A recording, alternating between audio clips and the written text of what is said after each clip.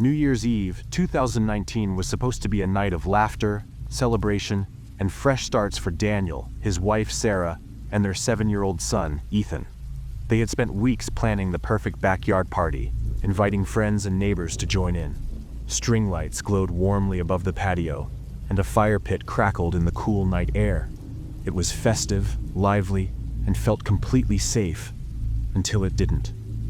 Around 11 p.m., as the countdown to midnight neared, Sarah pulled Daniel aside. There was a shadow," she whispered. "Near the fence. I thought it was one of the guests, but it just disappeared." Daniel brushed it off, assuming it was a trick of the light. With drinks flowing and people moving about, it was easy for imaginations to run wild. But Sarah wasn't convinced. She kept glancing toward the backyard's darker corners, and even Ethan seemed unusually quiet, clutching her hand. Then, as Daniel made his way to the kitchen for more ice, he noticed a man standing by the food table. The guy was tall, wearing a black trench coat that looked far too heavy for the mild winter night. He wasn't eating or talking to anyone, just standing there, his head slightly tilted as if listening. Daniel didn't recognize him, but with so many people around, he assumed Sarah must have invited him. By the time Daniel returned, the man was gone. He asked Sarah about him, but her puzzled expression said it all. "I didn't invite anyone like that," she said. "Are you sure you saw him?" Things didn't feel right after that. Midnight came and went. The party wound down, and guests began to leave. As Daniel and Sarah tidied up, Sarah's unease grew stronger. Ethan had fallen asleep on the couch, so they carried him to his room and returned to finish cleaning. "Let's check the cameras," Daniel suggested. He had installed a few security cameras around the house a few months ago, mostly as a precaution. Sarah nodded, her relief visible. Maybe reviewing the footage would show nothing unusual and calm their nerves. But what they saw chilled them. The man in the trench coat had entered the backyard through the side gate, carefully avoiding the lights. He moved methodically, scanning the area before slipping into the house through the back door left ajar for guests. Moments later, he reappeared on the hallway camera, lurking near the coat rack. But then came the worst part. On the footage, the man was seen creeping into their bedroom. He opened the closet door and didn't come out. Sarah gripped his arm tightly. "He's still here," she whispered. Daniel grabbed Ethan, who was still asleep, and they fled to the car, locking themselves inside as Sarah called 911. The police arrived within minutes, but by the time they searched the house, the man was gone. The bedroom window was wide open, the curtain flapping in the cold wind. Inside the closet, officers found scuff marks and a torn piece of fabric snagged on the door. Despite their best efforts, the intruder was never caught. For weeks, Daniel and Sarah couldn't shake the memory. Who was he? What had he wanted? And how long had he been hiding there?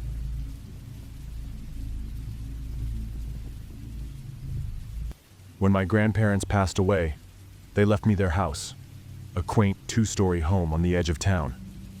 Moving in on New Year's felt symbolic, like starting fresh while holding on to their memory. The house carried a comforting nostalgia, with its creaky floors and faint scent of lavender that lingered in the air. But as weeks passed, the emptiness weighed on me. It was too quiet. That's when I decided to adopt Jim. He was a large, calm German shepherd with kind eyes and a protective demeanor. From the moment I brought him home, the house felt less empty. One cold January night, I was curled up on the couch, the flicker of the TV casting shadows across the room.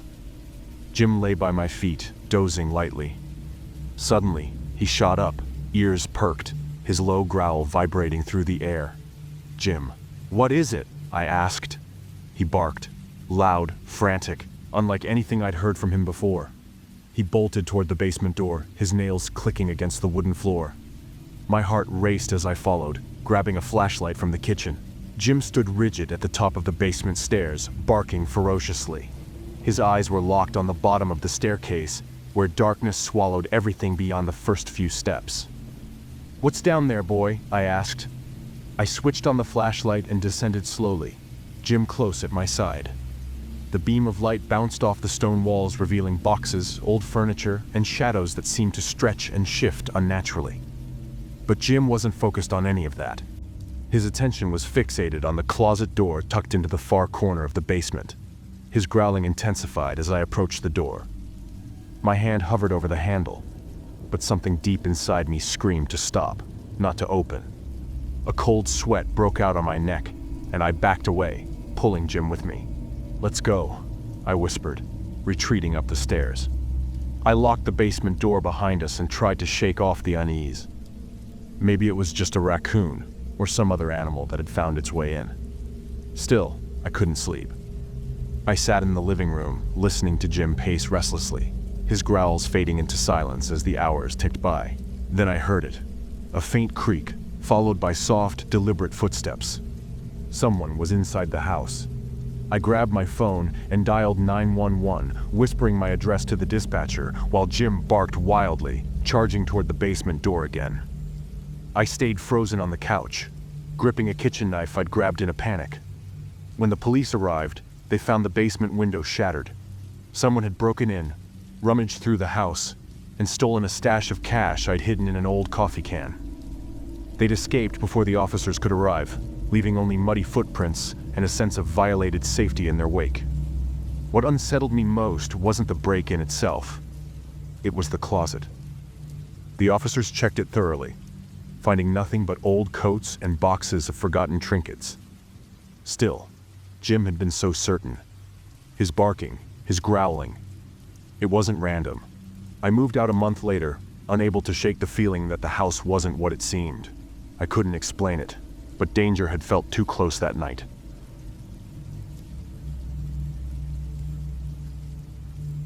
Kevin had always been the adventurous type. When he told me about a New Year's Eve party in some remote storage house, I hesitated. The whole thing sounded sketchy, but Kevin waved off my concerns. "Stacy's legit," he said. She was a girl he'd met on Tinder a few weeks back. "It's her friend's party. Big crowd. Drinks. It'll be fun." We drove out late, around 9:30. The directions led us deep into the outskirts of town, where streetlights grew scarce and the roads narrowed. The storage house loomed at the end of a gravel road, surrounded by fields. A few cars were parked outside, their silhouettes barely visible under the faint light spilling from the building. "This is cozy," I joked nervously. Kevin grinned, though it didn't quite reach his eyes. Inside, the vibe was off from the start. The music was muted, a low thrum that felt more oppressive than lively. The people, if you could call them that, stood around in small, silent groups. No one greeted us. No one even seemed to notice we were there. "Where's Stacy?" I whispered.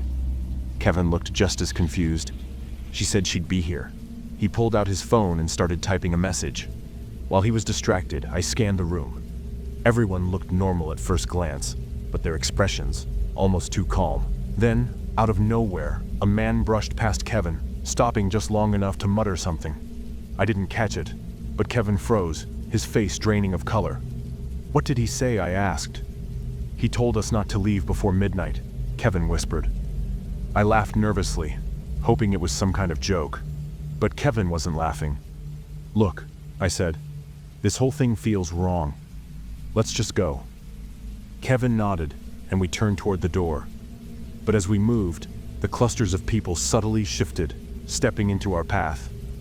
It wasn't obvious at first. They didn't run or block us outright, but they seemed to close ranks wherever we turned. Panic set in. I grabbed Kevin's arm, and we pushed through the crowd. Someone grabbed my sleeve, but I yanked free, stumbling toward the exit. Kevin was right behind me. As soon as we hit the cold night air, we sprinted to the car. I fumbled with the keys, and Kevin kept glancing over his shoulder. "They're watching," he muttered. The engine roared to life, and we sped away. Kevin called the police as we drove, his voice shaking. He explained the location and the strange crowd. The dispatcher sounded skeptical, but promised to send someone. Back at Kevin's apartment, we locked the doors and tried to calm down. Around 1 a.m., the police called back. They'd checked the address. There was no storage house, just an empty field. "What?" Kevin stammered. "We were just there." The officer paused before adding, "We didn't find anyone, but we did see tire tracks. They just stopped in the middle of the field." Neither of us slept that night. Kevin deleted Stacy's number the next day. When we tried searching for her profile, it was gone. The scariest part, I can still hear the man's warning echoing in my mind. Don't leave before midnight. What would have happened if we'd stayed? New Year's Eve was supposed to be uneventful. At 17, I wasn't much for parties, and my parents were out for the night, leaving me with the house to myself. I planned to spend the night gaming, drinking soda, and staying up until midnight. The house was quiet except for the hum of my computer and the faint wind outside. Around 10:30 p.m., just as I was fully immersed in my game, I heard it. A faint thud coming from the basement. I paused, taking off my headphones to listen. The sound didn't come again. I shrugged it off, telling myself it was just the house settling or maybe the wind rattling something outside. But minutes later, there was another noise. This time, a metallic clank, sharp and deliberate. It wasn't wind. I muted my game and got up, heart pounding as I crept toward the basement door. I stood there for a moment, listening, but no sound. I opened the door slightly, peering down the dark staircase. The faint glow of the basement's nightlight barely reached the top steps, and the rest of the space was in shadows. Then I heard a faint scraping sound, metal against metal, like something moving inside the air vent. Gathering little courage, I tiptoed toward the vent near the staircase, my phone's flashlight trembling in my hand. As I got closer, I froze a hand, pale and dirt-smudged, emerged from the slats of the vent, waving weakly. "Help me," a raspy voice whispered from inside. I stumbled back, nearly dropping my phone. My mind raced, trying to process what I was seeing. Was this some kind of prank? The hand twitched, then gripped the edge of the vent. "Please," the voice repeated, louder this time, desperate. "Nope," I muttered, turning to bolt back up the stairs. But before I could move, the vent shook violently. The screws rattled, and the voice changed, no longer pleading, but angry. "You can't leave me here," the words echoing unnaturally in the confined space. I ran upstairs, slamming the basement door shut and locking it. My hands trembled as I dialed 911, trying to explain what was happening. Then I heard the crash, the sound of wood splintering. My blood turned to ice. The intruder had broken through the vent and was now screaming incoherently, his footsteps heavy and erratic as he barreled up the basement stairs. I didn't wait to see him. I grabbed my gaming chair and jammed it under the doorknob, buying myself precious seconds to climb out the living room window. I hit the ground running, my breath visible in the cold night air as I dashed toward the street. The police arrived within minutes, their flashing lights painting the snow-covered yard in red and blue. They entered the house with weapons drawn. When they escorted the man out, I couldn't look away. His eyes locked onto mine, dark and wild, filled with something primal that sent chills down my spine. He grinned, his lips cracked and bloody, muttering words I couldn't make out. Even after he was shoved into the back of the police car, his gaze burned into me, as if he was promising he'd be back. The officer said he was a vagrant, likely squatting in the basement for days before I heard him. But that didn't explain the vent, or how he got in.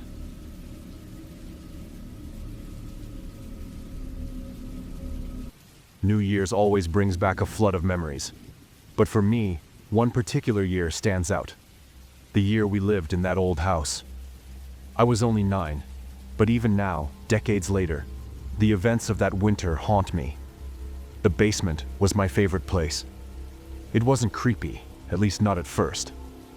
My brother and I spent countless hours down there playing video games and board games, with the laundry room on one side and the boiler room on the other. The dim lighting gave it a cozy feel, and the hum of the old boiler was like a constant, familiar background noise. But as New Year's approached, things started to feel off. It began with small, unexplainable things. The sound of footsteps when no one was down there. The faint echo of whispers coming from the laundry room late at night. My brother and I brushed it off, joking that the house had a friendly ghost. Then one night, the TV turned on by itself. It was an ancient boxy thing, the kind that took a solid few seconds to warm up before displaying anything. I had gone upstairs to grab snacks, leaving my brother behind. When I came back, he was pale, pointing at the screen. Static filled the screen, the volume unusually loud. "Did you turn that on?" I asked. "No," he said quietly. "It just turned on." I clicked it off, laughing nervously. The final incident happened just a few days before we moved out of the house.